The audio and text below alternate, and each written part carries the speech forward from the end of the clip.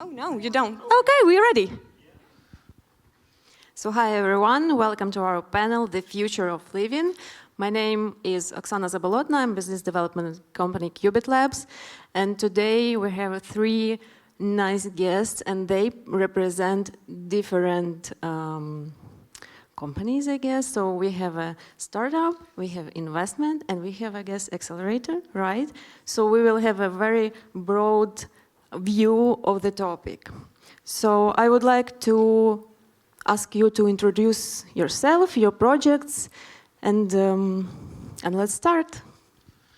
Okay, so I'm Philip. I'm a CEO and founder of Berlin Green. It's the company where we make the most beautiful hydroponic systems for everybody. My name is Jovita Severska. I'm with European Circular Bioeconomy Fund. This is a fund that is focusing on, as the name suggests, on bioeconomy, which means that we are looking for investment opportunities within within companies that produce and develop technologies focused on bio-based materials and any technologies that enable transformation from fossil-based economy to a bio-based one. Hello, my name is Eric. I'm founder and CEO of SpinLab Group, I would say, because I'm having three hats with me today. First is the SpinLab Acceleration Program, where we support startups in the fields of energy, smart city, and health, and connect them with corporates to do real projects and help them to receive investment. Then 2 years ago, we actually expanded to a location in Hanover, where we're supporting startups in the fields of agriculture and bioeconomy. So that's a good fit here. Last but not least, we have our fund. It's called Smart Infrastructure Ventures, where we invest exactly in those areas, in those startups that may have gone through our programs, and usually invest up to 300,000 euros. So different hats today. It's not only acceleration, it's also investment. And I'm really looking forward for the future discussion. Okay, so let's start here with a bigger view, because I guess this problem, it concerns everyone, because it's future of our living and future of our kids. So the question is why we are discussing it and why we cannot continue living the way we are. So what are the main issues? I guess we can start with Jovita.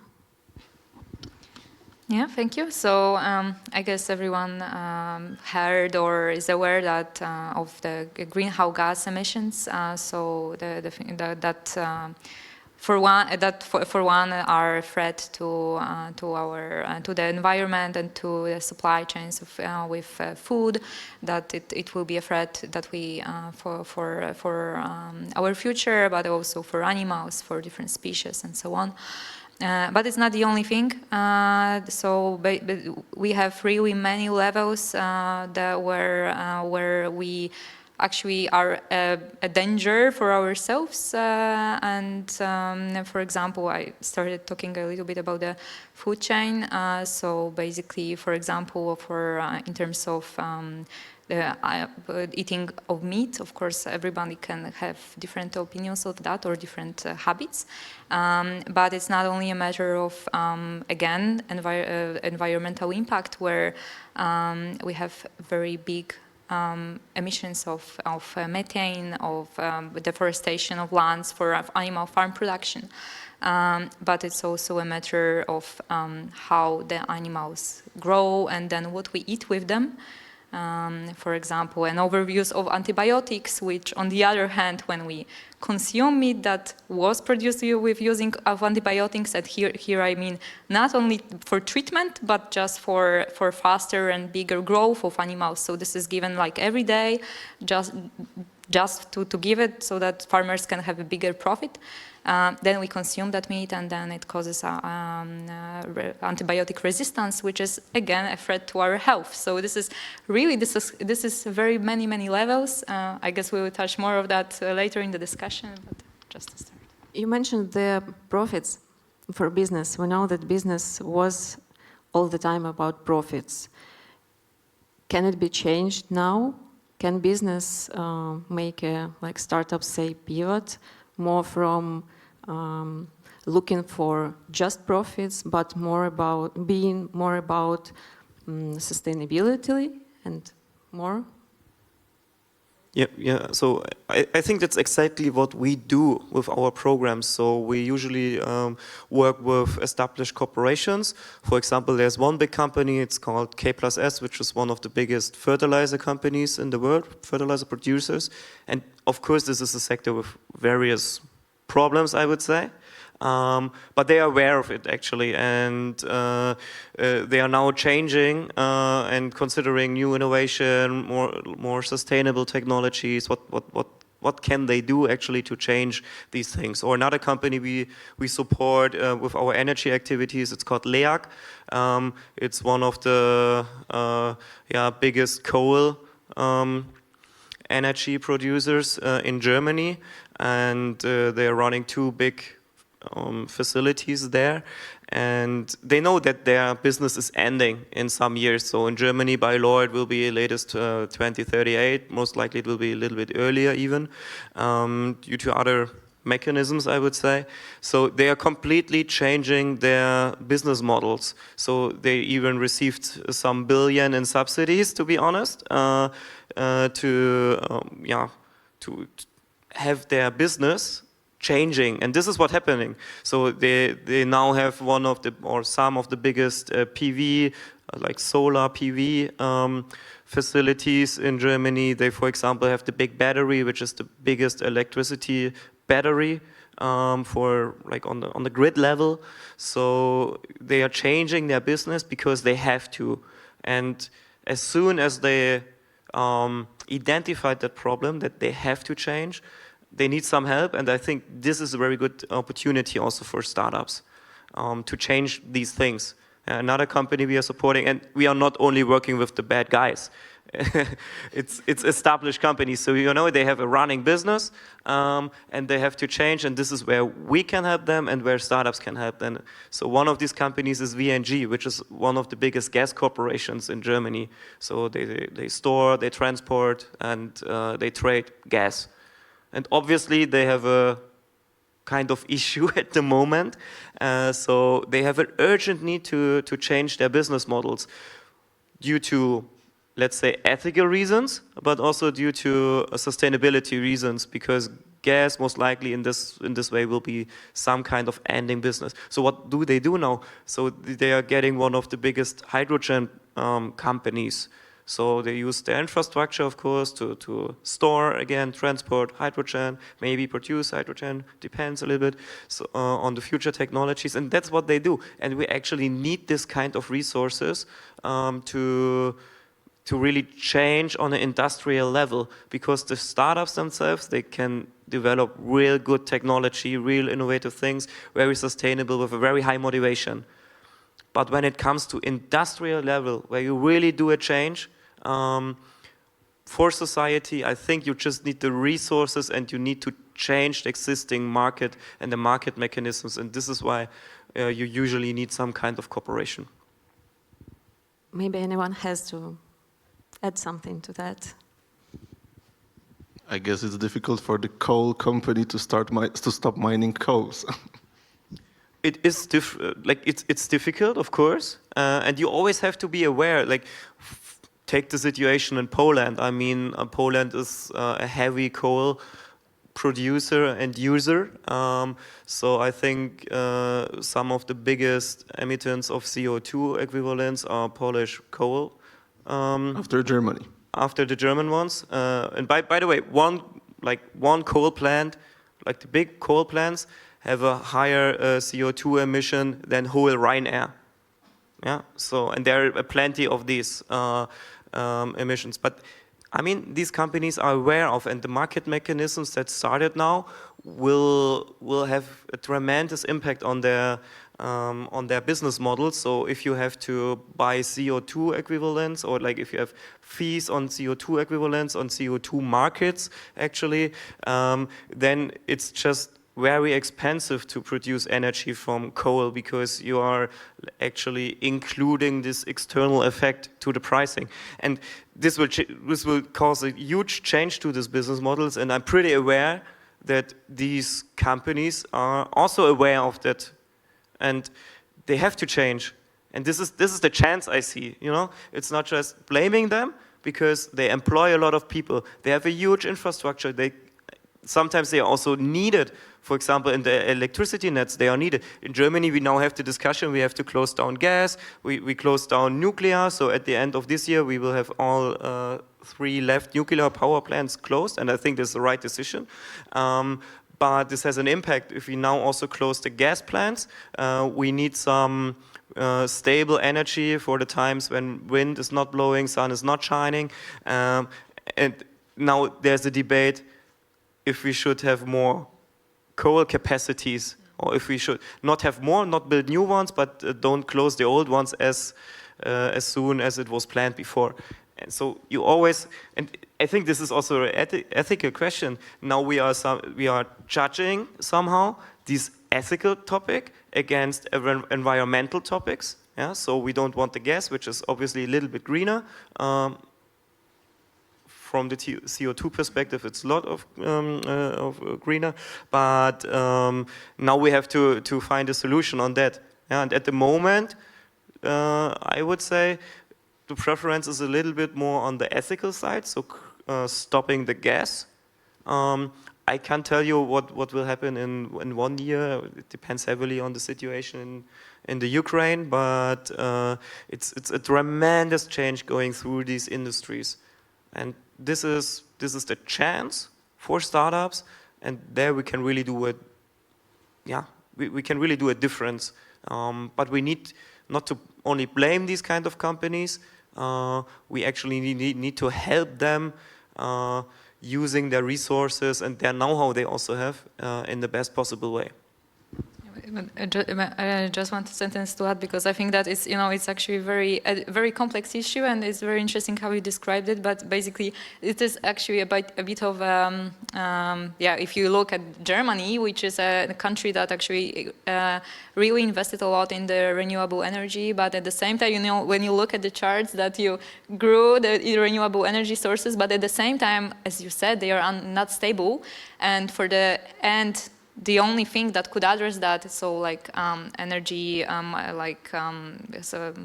something that can somehow store the energy, like batteries or anything like that, it still is not efficient enough and not big enough that can basically store the energy that is produced from wind farms or solar farms. And at the same time, then you need exactly the old, very dirty coal plants, but this is just because this is needed, and it was a sort of a different effect than what was expected, because even though Germany invested a lot in the renewable energy sources, they had to just to fire up again the old plants that were more dirty than the new ones, and so on. So I think that this is a very complex issue and has many dimensions, and it takes years. This is very important. This is very important that it takes years to change this kind of industry. And I think now the technology is already out there. So at least from my subjective opinion, I would say that the future will mainly look like that. We have wind and solar, especially also solar energy produced at a very low price level. Yeah, it comes down to 0 basically per kilowatt hour. So so the energy prices will be 0 or negative, and they are negative on the European Energy Exchange already at some point of time. And exactly then, at the moment, we are exporting this electricity, or we are stopping the plants from producing, especially with wind. You can just stop them. With solar, it's not so easy. With wind, you can stop it. So there's 5 gigawatt hours of energy that is green energy that is not produced per year, which is roughly 1.5 like nuclear power plant. And we could use this energy easily to produce green hydrogen. And this can be stored, this can be transported in the gas nets, gas grid we already have. If not, the European Union would block this actually. But this could be the solution. So the technology solution is actually out there, more or less, but it's gonna take years that the market is using these technologies on an industrial level.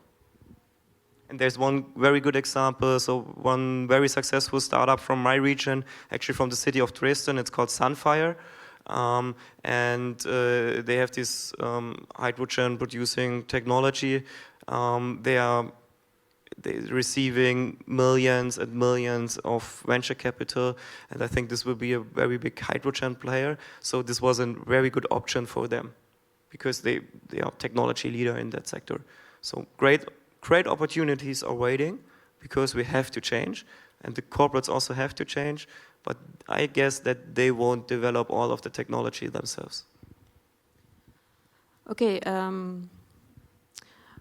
From my perspective, it might be different as it is in the investment sphere, that there are a lot of different startups, and they are somehow either fragmented or they have an idea and they don't know how to put it into the real something you can use. And either a way for them to collaborate, maybe they need some umbrella, government, some institution that will help them interact, help them cooperate for a better future for all. I mean, the question might be, should government help startups to produce better decisions and help them develop and integrate into the market quicker? Yeah, so I guess government, of course, especially in Europe, should help startups. This is my own experience, because we don't have such adult environment for startups like Silicon Valley, or basically where you can find the private investors pretty easily, like from go all the way from business angel to the small VCs, big VCs, and etc. So always this very first step, and especially because people in Europe don't invest in ideas. They invest usually already in something that's working somehow. So there is always this very first step has to be, this very first funding has to be from the government level, at least until we don't change our culture, which I believe will not happen pretty soon. There's always this government level at the very beginning, or accelerators funded by the government, etc. Maybe you have a green startup. Maybe you can tell us a little bit more about your story of finding and raising some money to start. Yeah, so we literally started with a little scholarship funded by the city of Berlin, and it was actually like the very first thing where we could start, because actually like full heads off for everyone who really bootstrapped all the way to the working business, because I know how pretty tough it is. So yeah, so the scholarship, which exists in Germany and also BSS in Berlin, this is like something you really, I know already like few startups. One of them is Unicorn, actually, that got to the level only because there were these 3 guys who got this little scholarship, and then they didn't really have to work full-time, but they had this little table at the university and they could work on their idea, and it was actually our way.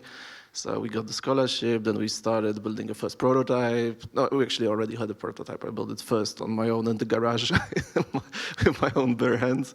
And we went with this prototype, we got the scholarship, and then we literally built the whole company around it. So find another investors, Business Angels Club Berlin invested, and then we had a functioning business model. We had like first 300 clients who actually gave us the money up front, and then we kind of get it rolling. And right now we already have like this network of thousands of devices in Europe, which are working pretty well. And we have like full control over our tech and direct contact with the customers.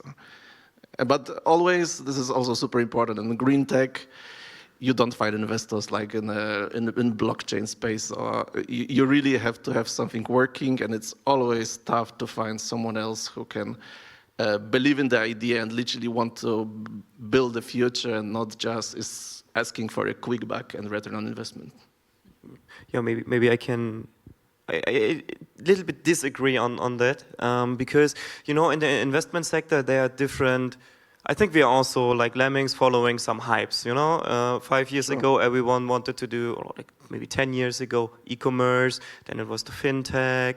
Then it changed to SaaS, and then it was some shorter period of time with blockchain. So nowadays, no one wants to do blockchain anymore, especially since I lost all my bucket. But Now so everybody wants out. yeah, except me. So you know, this is really undergoing some trends and hypes. And what I currently see for at least 1 year, 1.5 years, all the newer funds are like ESG compliant funds, so they serve environmental, social, and governance topics. But they are, in addition to this, I mean, ESG more or less is not like a yes or no anymore. So it's a must-have to receive money from institutional investors like EIF. So it's not optional, so it's a must-have. But in addition to this, there are a lot of impact funds generating, which even outweighed sustainability on an impact on a higher level, maybe even before interest.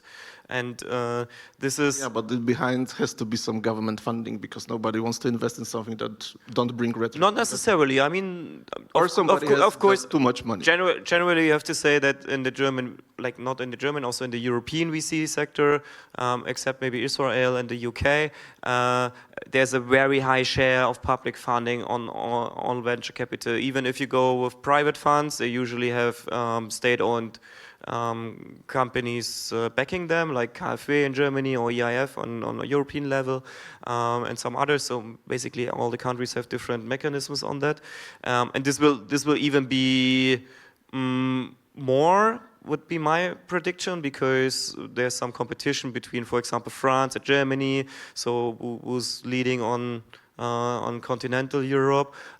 So when the French government actually announced they will put 5 billion into startups, the German 1 year or something later they announced, okay, we will put 10 billion.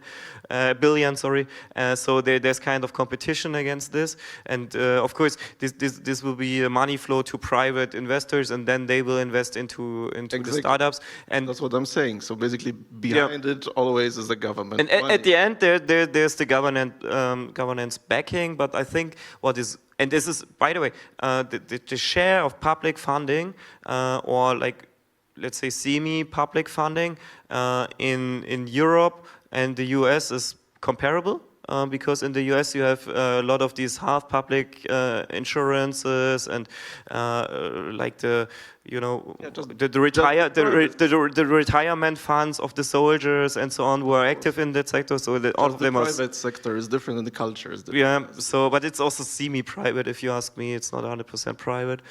In China, even the share of public funding is also to this private funds is much higher. And I think also from an investor or like from a societal perspective, I think this is also okay, because there is always a kind of societal effect and impact of these investments, like we see, because it's not only creating jobs, but it's also creating technology, which is bringing society to the next level. For example, at the moment, there's a lot of clean tech investments, health investments, biotech and bioeconomy investments, and so on.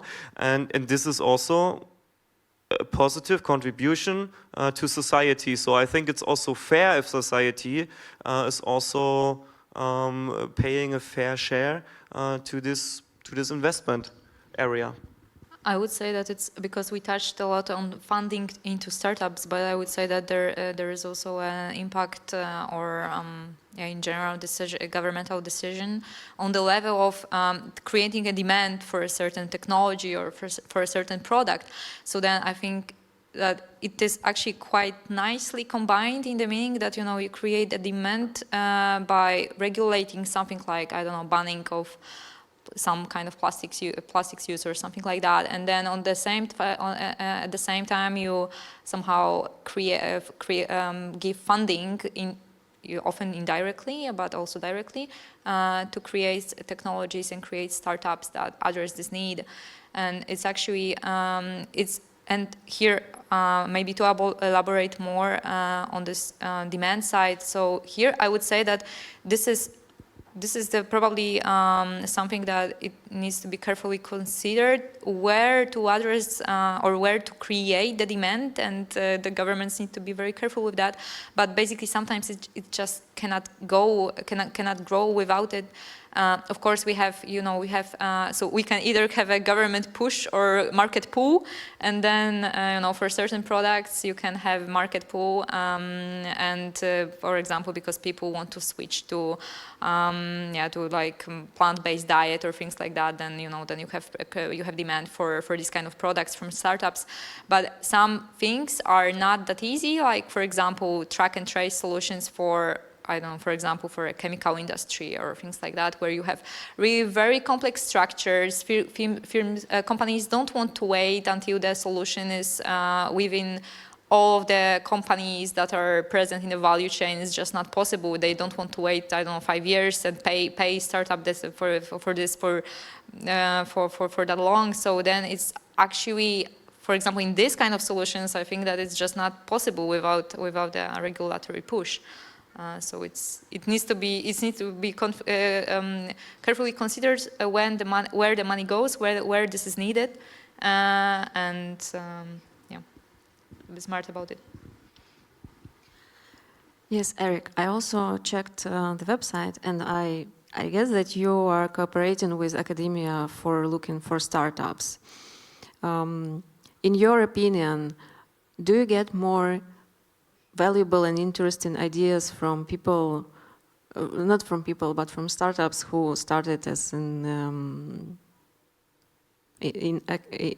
academia, or you just receive the pitch and start working with them in acceleration? Yeah, I mean, it always depends. There are really, really amazing teams originated from academia with great technology, and there are great technologies with rather strange people that will never make it to the market, also originated from academia. So I think there's a huge potential in this, because actually, at least in Germany, but also I think in many European countries, there's a huge potential in bringing technology from academia to practice, and helping and supporting spin-offs from these institutions. And there's a lot of things that needs to be done, starting from licensing models to culture to support mechanisms. So at least in Germany, I can say that the professors, they are very risk averse. They try to say at least. Hmm? To say at least. Yeah, definitely. And at the same time, they think they are very clever if they receive a lot of shares at the very beginning without doing anything. Plus that the universities and non-university research institutes, they even think they are even more clever. So they also take some shares, and at the end it turns out that 30% of the shares are already gone, and then the business is established. So, and this is a real problem. This has something to do with culture. This has something to do with IP, with licensing contracts, and there we really need to improve. For example, in Silicon Valley, also in Boston, but also in Israel, it's very normal that professors, they take a leave from the university, they found a company, when they have sold it, they can return to academia, and it just works. And it's normal that all the professors, or many professors actually, have been entrepreneurs at the same time. In Germany, I would say it's normal that they have a private consultancy company, but that's it.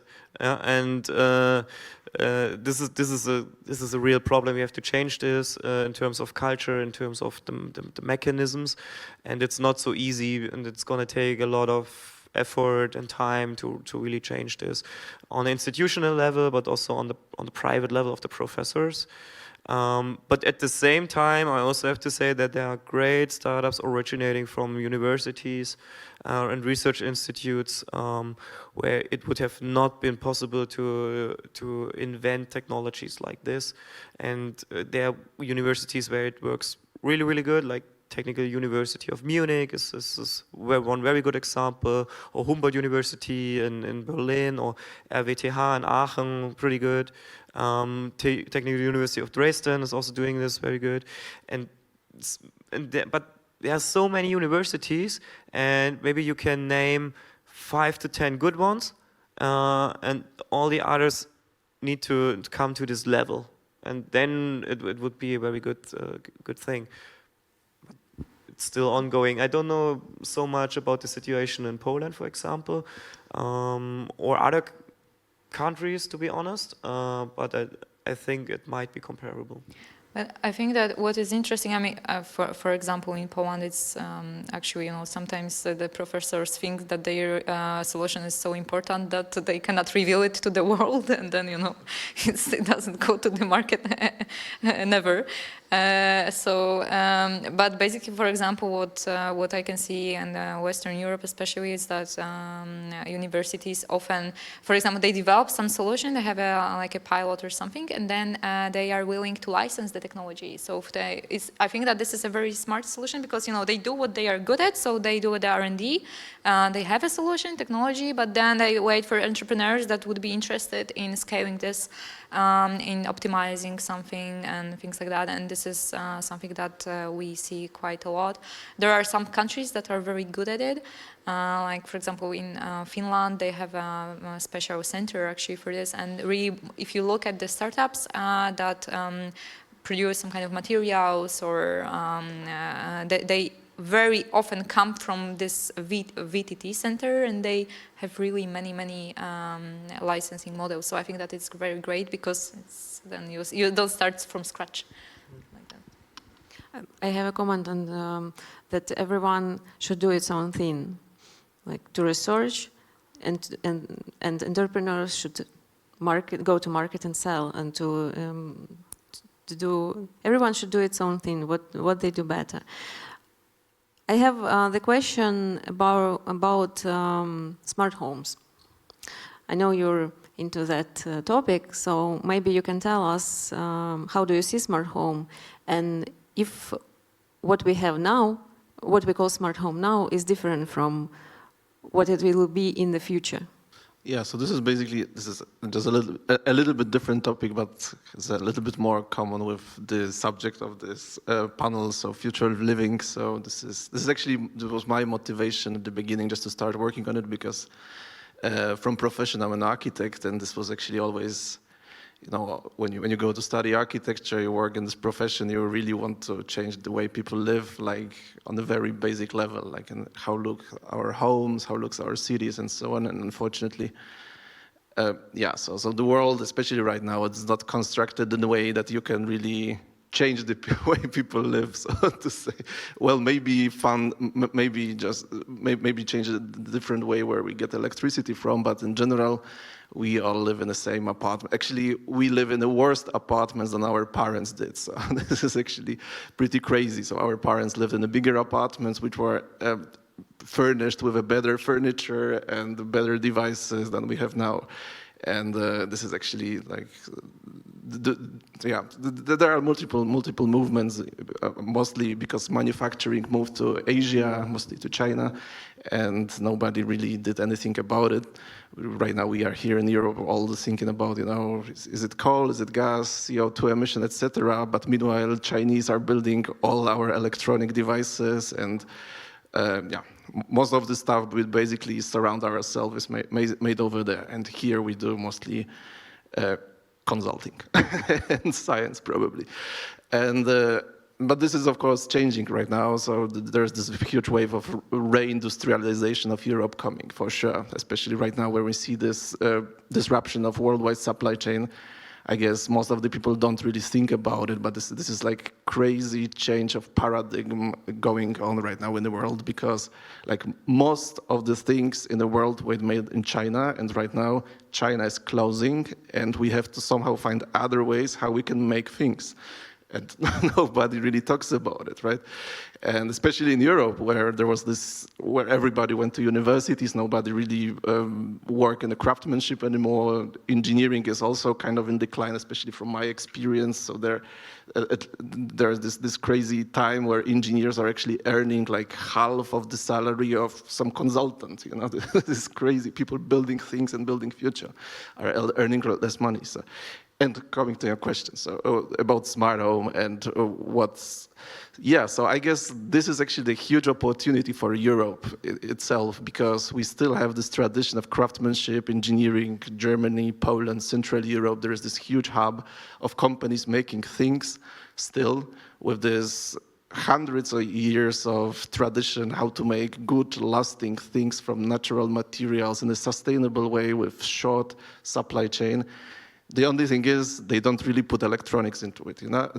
Just they make chairs and tables, very good ones, and I see our opportunity here actually just to make this place where we live a little bit more intelligent. Just put a microchip into our environment where we live and make just sensors. This is what we do in our company. We basically design the little brains for devices where people put in their apartments. And yeah, I guess this is also the future for the whole region. So. And then we have a smart city. We have smart home, we have smartphone, smart home, and then smart city. When can we expect to live in smart city, for example, in Europe, in some country? Took whatever country you want. Actually, it's happening already, right? This is the same idea. You put sensors, you put some cloud computing system behind it just to monitor what happens in the city on a bigger scale, and then you can actually make a lot out of it, you know.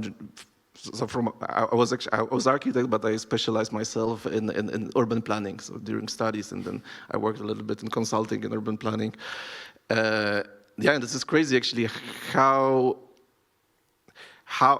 So first of all, cities in Europe are best planned cities in the world. So because there's like 1,000 years of tradition of urban planning, more actually. The Romans did it well already 2,000 years ago, and they still, and then still these cities like Cologne, London, Vienna, they still are based on ancient Roman plans, and they actually work very well. When you look at the rankings of quality of life index, actually, I believe 5 out of 10 the best cities in the world are in Europe, and most of them are actually like German speaking. But so first of all, there's this urban planning, and secondly, smart city is just a level on top. So you basically use this artificial intelligence tools, smart monitoring tools, where to put the traffics, where people really want to live, where people assembly in the evening, and you just use these tools to make better cities for us to live. Okay, I have more questions, but maybe we have questions from the audience. You are not prepared. Okay, we will wait for 2 more minutes and get back to the questions. Maybe startups want to ask, I see one. Maybe startups want to ask something about how they apply. Yes, the one is coming right now. Or maybe you can hear me from here. No? In the meantime, while the microphone is coming, I would like to ask, who came here by plane? Thank you. Okay, and from those who came here by plane, who is ready in future to come here by boat or by bicycle? We will discuss that. Yeah. We will discuss that. I guess train is a solution. I came here by train, and I didn't ask about train because it's not that longer it was not that longer for me than to use a plane, because I came from Ukraine. It was longer for different reasons, but if I just thought like it's 6 to to 10 hours, and by plane, of course, it will took me like 6 hours. So it's not that longer, but by bicycle, it's longer. For train, you still use either electricity and to produce electricity, you still use coal, so, no?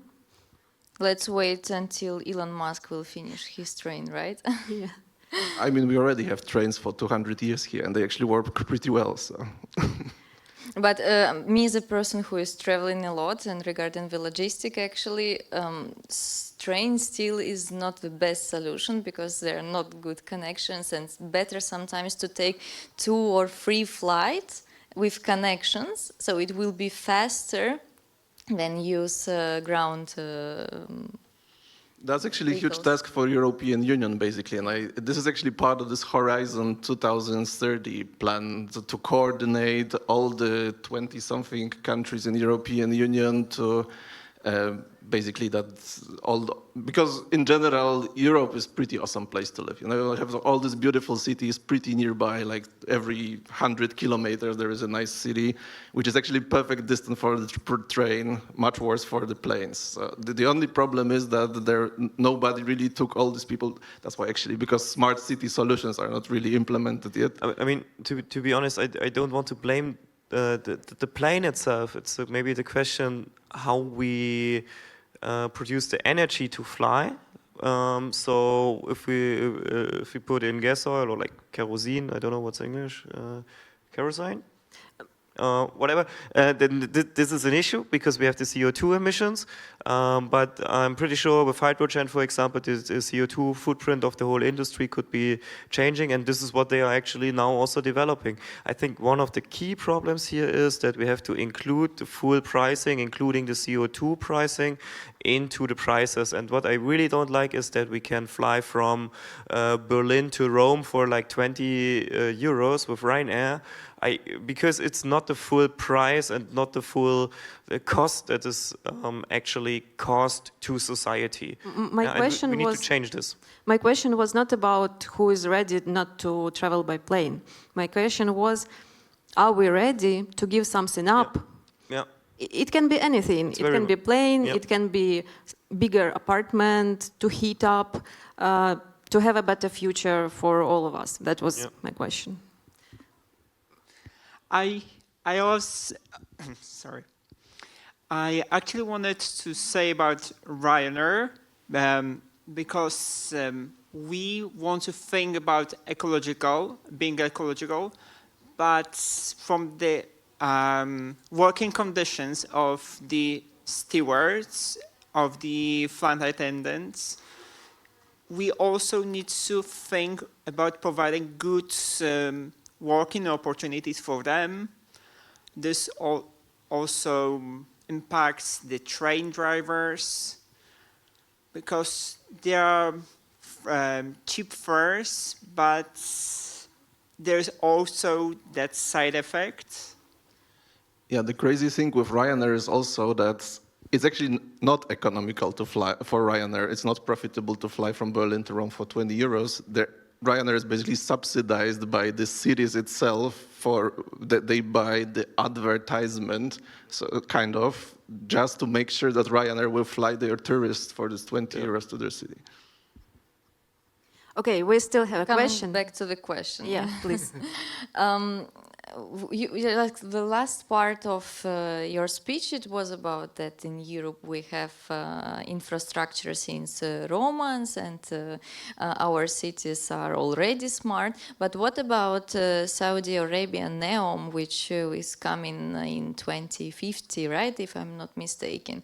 What about their vision about the smart cities, how they are even, I think, Jeddah or Riyadh, they are like currently changing it in a completely different way, and they are using ecological ways of like for energy. So like what would be your opinion here? Yeah, maybe I have the first answer here. You know, the problem in Europe is that we have these traditional cities with a very high quality of living, and everyone likes to be in the German city center, and I'm really looking forward to go to the Wrocław city center today. So everyone loves this actually, but it's much harder to make this a smart city or to make this area smart compared to building a completely new part of a city or even a completely new city like Masdar in Saudi Arabia, which can have completely different designs, which can have completely different mechanisms because you're building it from scratch, and there's no one living there yet. Yeah, so you are. If you put in sensors to a street, for example, yeah, you have to maybe stop the operation of the street for like 10 days, so you're like actually disturbing people in society. So if you build something new, it's much easier than to change something existent. Also, people are reluctant. At least Germans are reluctant. I can tell you.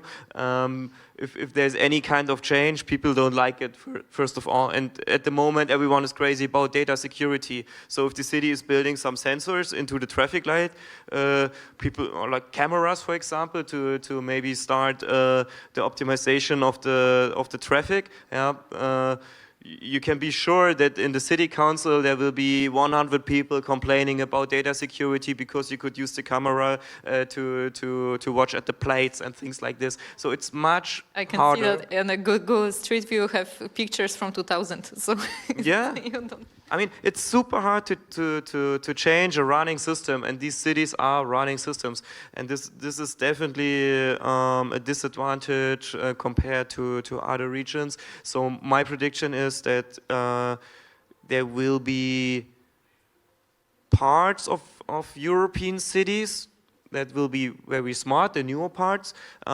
We have to see what will happen with the traditional old cities or the traditional old parts of the cities. But I'm pretty sure that newly built cities in Africa, Asia, and other regions of the world will overall be smarter than European cities, and because also from a societal perspective, there's maybe less reluctance and a higher acceptance of technology in public fields. I think these are like two things. So basically, German cities are already good, and there is also Yes, they are. Yeah, and there's another also this mentality in Germany, why to fix it when it's not broken. So that's why we send telefax still, kind of, at least we're supposed to. But another thing is, of course, and this is actually another, so you cannot really build a livable city on the desert. So, of course, it is nice, you know, all this sustainable smart city, Masdar, Dubai, blah. But in general, the one thing that is missing is normal people living there. That's true. That was my point. I was thinking about that. Like, does the extensive development and building of this smart, like, which we imagine as these utopian smart cities from the movies, like, because Germans, I think that people are afraid of that because what they think of smart city is these cities from the movies when everyone is watching you, when you're just like, it's part of someone, and then there is this concern of, it's my personal concern basically, about social segregation of people who are living in this smart city is in deserts. I think that is a very deep topic, but just maybe sometimes we should think about the ethics of all of this. Yeah, I mean, maybe you can say that not every smart city is livable, and not every livable city is smart. So there are great cities that are not smart at all, and there are really smart cities that are not livable at all. And this will also basically stay like this. It's my suggestion, because it's not an automatism. So it has a lot to do with urban planning, with culture, because at the end we are human beings living in a kind of infrastructure that we call city, and human beings want to interact. And this is a very important thing. So we don't need these cool places where we have a lot of all the cameras and so on, and everything is automated and everything is based on technology only. We still want to communicate with other people, so that's why we love market squares.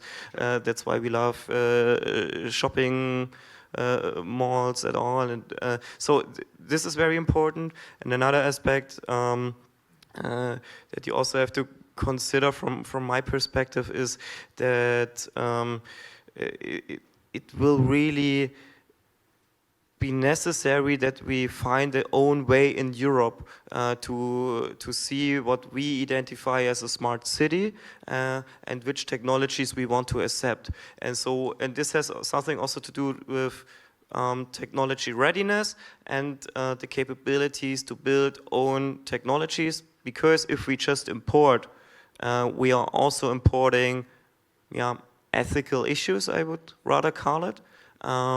And of course, the definition and the focus of a smart city in China will be different to the focus of a smart city in Europe. Hopefully, that's what I at least hope, because I don't necessarily want to live in a city where that actually is mainly smart to see what I do, and so I want the city to be a service for me.